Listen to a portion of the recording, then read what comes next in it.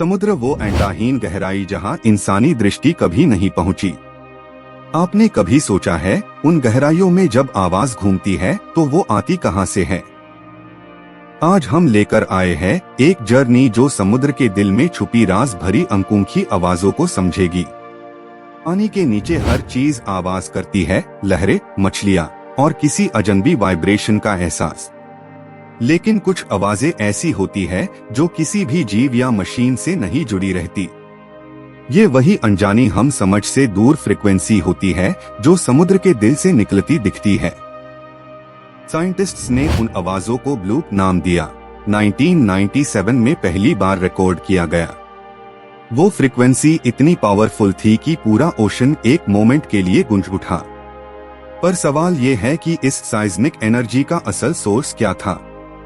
इन OAA के हाइड्रोफोन्स ने record की, लेकिन कुछ एक्सपर्ट्स का कहना था कि ये किसी मैसिव क्रीचर की आवाज लगती है। एक ऐसा जीव जो अब तक इंसानों के सामने नहीं आया। क्या समुद्र के अंदर कोई प्राचीन जायंट सुता हुआ है? अब सोचिए, समुद्र की गहराई 11,000 मीटर से ज्यादा है। ऐसे अंधेरा जहां रोशनी तक नहीं पहुंचती। ऐसी जगह आवाज है एकलौता सिग्नल है जिसे जीव अपनी दुनिया समझते हैं। पर कुछ आवाजें उन सब के समझ के पेयर की होती है। एक और आवाज द जूलिया 1999 में रिकॉर्ड हुई। ड्यूरेशन लंबी थी, फ्रीक्वेंसी स्टेडी थी, पर एक अजीब इंडस्ट्रियल टोन जैसी। कई साइंटिस्ट्स ने कहा, लगता है जैसे किसी मेटालिक जायंट ने समुद्र में कुछ छिल दिया हो। आपका क्यूरियोसिटी अब और बढ़ता जा रहा है। सोचिए, अगर कुछ अननोन स्पीशीज, प्रीहिस्टोरिक क्रीचर या एलियन ऑब्जेक्ट समुद्र की गहराइयों में छुपा हो तो? ये थॉट खुद में एक थ्रिल पैदा करता है। स्वीप नाम की मिस्ट्री भी फेमस है। हर साल स्प्रिंग और ऑटम में ये टोन्स रिकॉर्ड होते हैं।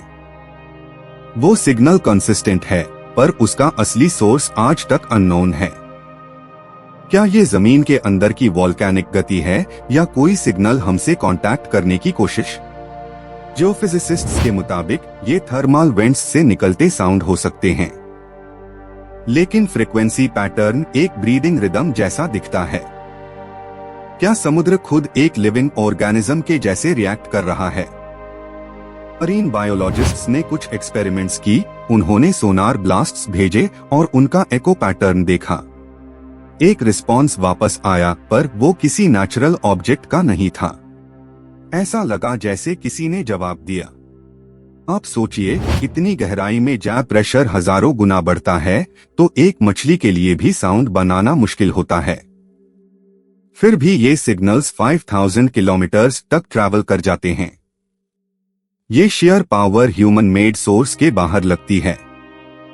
एक और बात, इन साउंड्स का एम्पलीट्यूड धीरे धीरे कम नहीं होता, बल्कि एक यूनिफॉर्म पैटर्न में चलता रहता है, जैसे कोई इंटेलिजेंट सोर्स इंटेंशनली मॉड्यूलेशन कर रहा हो। ये समुद्र के न्यूरो पल्सेस जैसे लगते हैं। 1991 में एक सबमरीन क्रू ने लिखा कि उन्होंने एक डीप हुमिंग सोनार से रिकॉर्ड किया जो किसी नोन वेसल से मैच नहीं करता। क्रू ने कहा, उस साउंड के बाद उनकी मशीनरी ग्लिच करने लगी, जैसे कुछ उनके इलेक्ट्रॉनिक्स में घुस गया हो। एक और रीजन, सदर्न ओशन में साइंटिस्ट्स ने एक रिदम सुना जो हर साल वहां रिपीट होता है। साउंड पैटर्न एक हाई पिच्ड स्पाइरल के फॉर्म में होता है, जैसे कोई वार्निंग सिग्नल हो जो सिर्फ ओशन के जीवों को समझ में आता हो। मैंने सुना है कुछ डाइवर्स को अनडेप्थ्स तक भेजा गया जहां से सिग्नल आता था, पर उनका कम्युनिकेशन खत्म हो गया। उनके इक्विपमेंट समुद्र के प्रेशर से नहीं, बल्कि वाइब्रोनिक इंटरफेरेंस से फेल हुए। आप समझ रहे हैं इसका मतलब क्या है? एक थ्योरी के मुताबिक ये आवाजें समुद्र के अंदर ट्रैप्ड एनर्जी वेव्स है, जिनका रेपिटेशन एक कोडेड पैटर्न बनाता है। ये यूनिवर्स के एको जैसे भी एक्सप्लेन किए गए हैं, मतलब अर्थ खुद एक रेजोनेटिंग बॉडी है। आप सोचिए, अगर समुद्र एक कम्युनिकेटर है तो ये किस से बात कर रहा है? स्काई, स्पेस या अपने अंदर के जीवों से? ये सवाल हर हाइड्रोएकोस्टिक लैब को परेशान करता है। एक और शॉकिंग वाली बात यह है कि कुछ सिग्नल्स लैंड से भी रिस्पॉन्ड हुए, माउंटेन से रिफ्लेक्टेड एकोस आए। मतलब समुद्र और जमीन एक दूसरे के साथ वाइब्रेशन एक्सचेंज करते हैं। एंटार्क्टिका के पास स्लो डाउन नाम का साउंड रिकॉर्ड हुआ।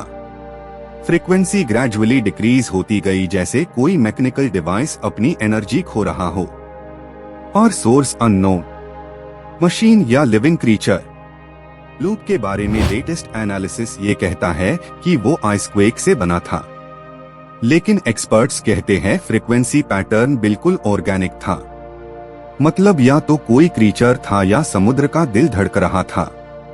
कुछ लोग कहते हैं समुद्र में एक ऐसी इकोसिस्टम है जो सनलाइट के बिना बायोमास के वाइब्रेशन से जिंदा है। साउंड उनका एनर्जी साइकिल है, जैसे हम श्वास लेते हैं। इनके सिग्नल्स हाई उनका जीवन धर्म है। सबमरीन इंजीनियर ने एक एक्सपेरिमेंट में अन वाइब्रेशंस को मैकेनिकल पल्स से मैच करने की कोशिश की, पर वो पैटर्न रैंडम नहीं, रेपिटेटिव था। उसने कहा, it seems like a heart beat of a giant creature. आप जानते हैं साउंड स्पीड पानी में एयर से 5 गुना ज्यादा होती है, पर कुछ सिग्नल्स ये लिमिट तोड़ देते हैं। कैसे कोई नेचुरल सोर्स फिजिकल साइंस के रूल तोड़ सकता है? जियोलॉजिस्ट्स ने कहा हो सकता है ये टेक्टोनिक प्लेट मूवमेंट की मैकेनिकल हम हो, लेकिन एक ग्लिच ये है, ये ऐसे रीजन में होता है जहां प्लेट एक्टिविटी बिल्कुल नहीं होती। मतलब कुछ और है जो वाइब्रेशन पैदा कर रहा है। एक डीप सी हाइड्रोफोन ने एक बार एक वॉइस लाइक मॉड्यूलेशन रिकॉर्ड की, जैसे कोई बोल रहा हो। एआई एनालिसिस ने पैटर्न डिकोड करने में कहा, दिस इज नॉट रैंडम। मतलब समुद्र कुछ कहना चाहता है। आप सोचिए, अगर ओशन खुद एक जायंट कॉन्शियसनेस देता है तो ये सिग्नल्स उसके थॉट पैटर्न्स हो सकते हैं। एक प्लैनेटरी कॉन्शियसनेस जो साउंड के थ्रू रिएक्ट करता है। थियोलॉजियंस कहते हैं एंशिएंट मिथोलॉजीज में भी ऐसे सी क्राइस्ट का जिक्र है।